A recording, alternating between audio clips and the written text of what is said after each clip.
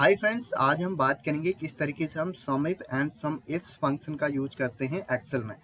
सबसे पहले हम बात करेंगे सम फंक्शन क्या होता है। देखिए, सम फंक्शन के थ्रू आप क्या कर सकते हैं, बहुत सारी डिजिट्स को आपस में जोड़ के उनका टोटल निकाल सकते हैं।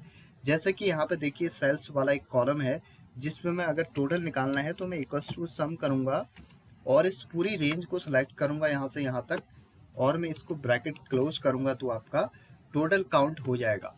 बट अब क्या है, सम इफ में क्या होता है, आपको किसी एक कंडीशन में, किसी एक कॉलम पे एक कंडीशंस के अकॉर्डिंग बहुत सारी वैल्यूज का कैलकुलेट करके उनका सम निकालना है। यानी कि बहुत सारी वैल्यूज को ऐड करना है एक कंडीशन के अकॉर्डिंग, तो तब आप सम इफ का यूज करते हैं। और एक से ज़्यादा कंडीशंस के अकॉर्डिंग आपको बहुत सारी वैल्यूज को सम करना है, यानी कि उनको जोड़ना है, तो उसके लिए आप सम इफ्स का यूज करते हैं। जहाँ पे भी आप एक्सेल में इफ फंक्शन लगाते हैं वहाँ पे हमेशा कंडीशन होती है। कहने का मतलब ये है, आप नॉर्मली तो सम फॉर्मूले के साथ में किसी भी डिफरेंट वैल्यूज़ को आपस में ऐड कर सकते हैं। यानी कि बहुत सारे नंबर्स हैं, अगर उनका टोटल आपने निकालना है तो आप सम फॉर्मूला लगा के डायरेक्ट उसको निकाल सकते हैं।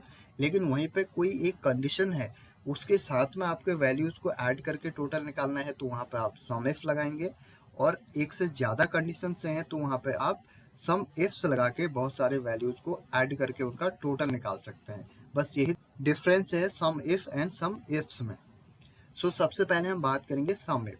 सम इफ क्या है, calculate the sum of the values in a range based on a specific condition. एक कंडीशन के अकॉर्डिंग, एक कॉलम में एक कंडीशन के अकॉर्डिंग आप बहुत सारी वैल्यूज का टोटल निकालेंगे, तो sum if and calculate the sum of the values in a range based on multiple conditions. यानी कि एक से ज़्यादा कंडीशंस जब होंगी उसके अकॉर्डिंग अगर आप वैल्यूज का सम निकालते हैं, टोटल करते हैं, तो वहां पे आपका सम इफ का यूज किया जाता है। सबसे पहले हम सीखेंगे सम इफ। यहाँ पे लगाता हूं मैं पहले वाले डाटा में सम इफ फॉर्मूला। यहाँ पे क्या है, रीजन है एंड सेल्स है। रीजन में क्या है, ईस्ट वेस्ट एंड नॉर्थ, और सेल्स में सेल्स वैल्यूज हैं। तो हमारे पास में एक कंडीशन है, कंडीशन ये है कि ईस्ट में कितनी सेल हुई है ये हमने देखना है। यानी कि ईस्ट की टोटल सेल हमने निकालनी है। तो यहाँ पर हम सम तो लगा नहीं सकते हैं क्योंकि कंडीशन है, तो सम इफ लगाएंगे। तो ईस्ट में कितनी सेल्स है टोटल, उसको हमने निकालना है। तो मैं क्या करूँगा, एक कंडीशन है, केवल एक कॉलम में एक कंडीशन है, उसके अकॉर्डिंग हमने वैल्यूज को ऐड करना है। तो उसके लिए sum if formula equals to sum if bracket open.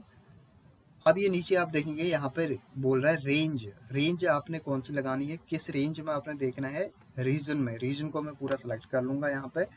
और उसके बाद ये बोल रहा है कॉमा क्राइटेरिया। क्राइटेरिया क्या है, ईस्ट। कौन सा क्राइटेरिया पे आपने वैल्यूज को ऐड करना है, ईस्ट पे। Inverted comma east and inverted comma close, क्योंकि हम टैक्स को क्या करते हैं, इन्वर्टेड कॉमा के अंदर ही लिखते हैं। उसके बाद कॉमा, ये बोल रहा है सम रेंज, किस रेंज का सम करना है, इस रेंज का सम करना है। ये मैंने सेलेक्ट किया और ब्रैकेट क्लोज कर दिया और एंटर करूंगा तो आप देखेंगे 546 आ रहा है।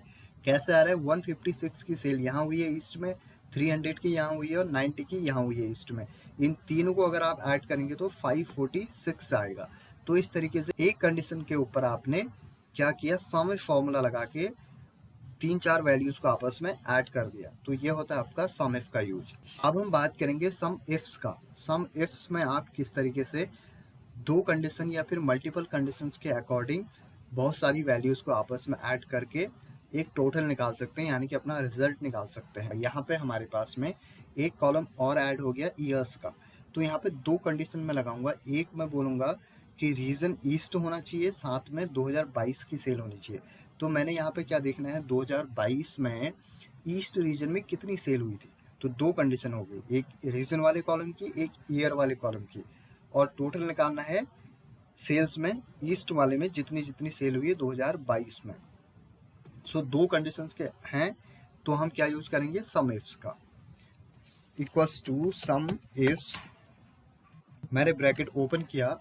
अब हम नीचे जो लिखा हुआ है उसके अकॉर्डिंग ही करेंगे। सम रेंज, सबसे पहले ये बोल रहा है कि सम रेंज। सम रेंज किसकी करनी है मुझे, सेल्स वाले कॉलम की। सेल्स वाले कॉलम को मैं सेलेक्ट करता हूँ।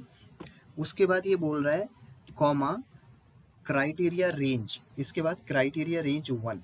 पहला क्राइटेरिया क्या था हमारा, रीजन वाला, इसको मैं सेलेक्ट करूंगा हमने जैसा नीचे लिखा हुआ आ रहा है वैसे ही आपने करना है। उसके बाद फिर कॉमा लगाया हुआ है, ये बोल रहा है क्राइटेरिया 1। क्राइटेरिया 1 क्या है हमारा? ईस्ट है, ठीक है नहीं, इन्वर्टेड कॉमा ईस्ट, क्योंकि हमने ईस्ट में सेल देखनी, ये हमारा क्राइटेरिया 1 पहली कंडीशन हो गई है हमारी। उसके बाद हम फॉर्मूले में जो नीचे लिखा हुआ है उसके अकॉर्डिंग चलेंगे।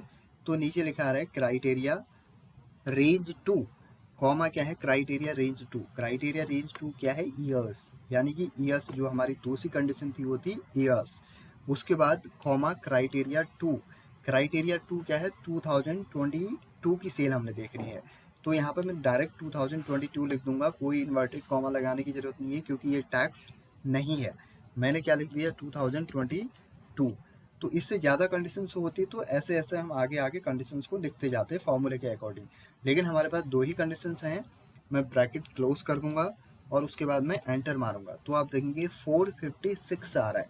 456 क्यों आ रहा है? रीजन ईस्ट में 2022 में 156 की सेल हुई है, फिर से ईस्ट में 2022 में 300 की सेल हुई है। तो इन दोनों को अगर आप ऐड करेंगे तो 456 आएगा। तो इस तरीके से आपने क्या किया? मल्टीपल कंडीशंस में सम इफ्स फॉर्मूला लगा के बहुत सारी वैल्यूज को ऐड करके अपना रिजल्ट आपको मिल गया। तो गाइज आप आई होप समझ गए होंगे सम इफ एंड सम इफ्स फॉर्मूले में क्या डिफरेंस है। So thank you for watching this video. If you like please subscribe this channel and share it with your friends and have a great time ahead. Bye bye.